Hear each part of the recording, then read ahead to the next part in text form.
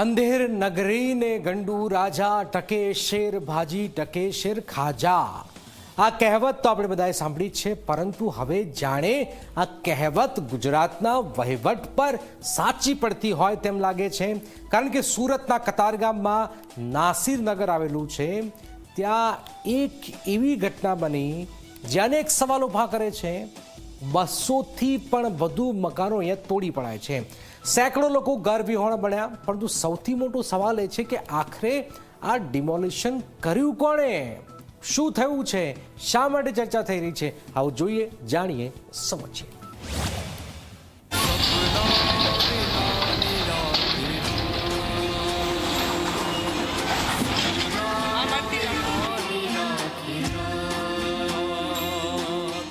આ દ્રશ્યો છે સુરતના કતારગામ વિસ્તારના નાસિરનગરના, જ્યાં શનિવારના દિવસે બુલડોઝર ગરજ્યા અને પળવારમાં 200થી પણ વધુ મકાનો કાટમાળમાં ફેરવાઈ ગયા। કોઈનું ઘર તૂટ્યું, કોઈના સપના તૂટ્યા, તો કોઈનું આખું જીવન જ રસ્તા પર આવી ગયું। સ્થાનિકોનો આરોપ છે કે કોઈ પૂર્વ નોટિસ આપવામાં આવી નથી, કોઈ લેખિત પણ જાણ કરાઈ નથી અને કોઈ વૈકલ્પિક આવાસની વ્યવસ્થા પણ કર્યા વગર સીધી જ કાર્યવાહી શરૂ કરી દેવાઈ છે। પરિણામે 200થી પણ વધુ પરિવારો એક જ દિવસમાં ઘર વિહોણા બની ગયા। સ્થાનિકોના જણાવ્યા મુજબ ભૂરા અને ખાખી રંગના કપડાં પહેરેલા લોકો સ્થળ પર આવ્યા। લોકો માનતા હતા કે સુરત પાલિકા દ્વારા જ દબાણ હટાવવાની કાર્યવાહી કરાઈ રહી છે, પરંતુ આખી ઘટનામાં સૌથી મોટો ટ્વિસ્ટ ત્યારે આવ્યો જ્યારે પીડિતો જવાબ માંગવા કોર્પોરેશન કચેરી પહોંચ્યા।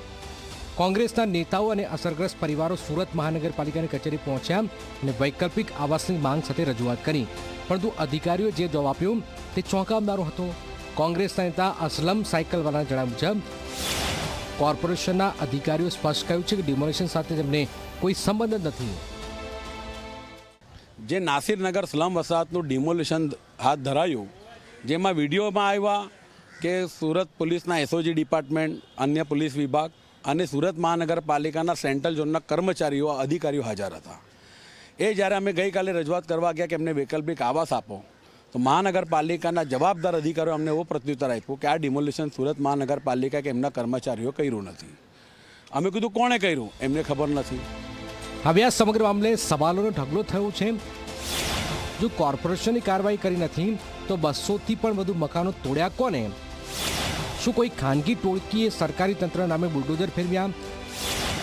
શું કોઈ જમીન માફિયાએ પોતાની મનમાની ચલાવી?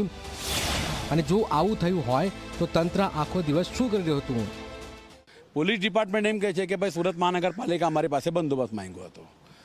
બે બાબત છે કે જો એ સુરત મહાનગરપાલિકા ડિમોલિશન કર્યું હોય તો એની પ્રોસેસ છે કે કાયદેસર એમને નોટિસ આપવાની હતી, એમની સંમતિ લઈને એમના વૈકલ્પિક આવાસ માટેના ફોર્મ ભરાવા હતા, ડ્રો કરવા હતા, આવાસ આપીને પછી ડિમોલિશન થાય। એવા હજારો લોકોને મકાનો મળ્યા છે।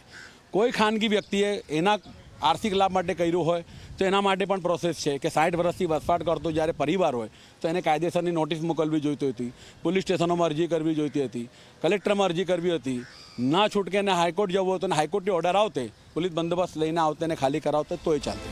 સૌથી ગંભીર બાબત એ છે કે આટલી મોટી કાર્યવાહી બાદ પણ કોઈ જવાબદારી સ્વીકારવા તૈયાર નથી।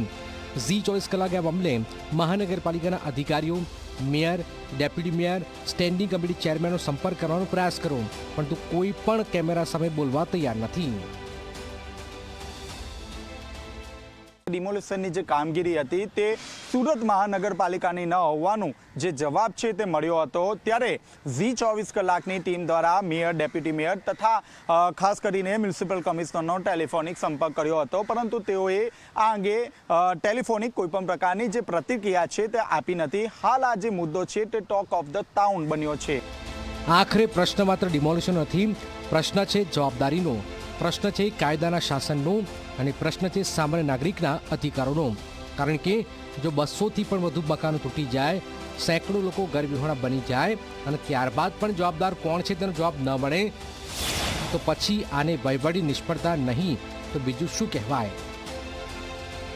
નાસિરનગર ડિમોલિશન કેસ હવે માત્ર સ્થાનિક મુદ્દો નથી રહ્યો, પરંતુ સમગ્ર રાજ્યમાં ચર્ચાનો વિષય બન્યો છે।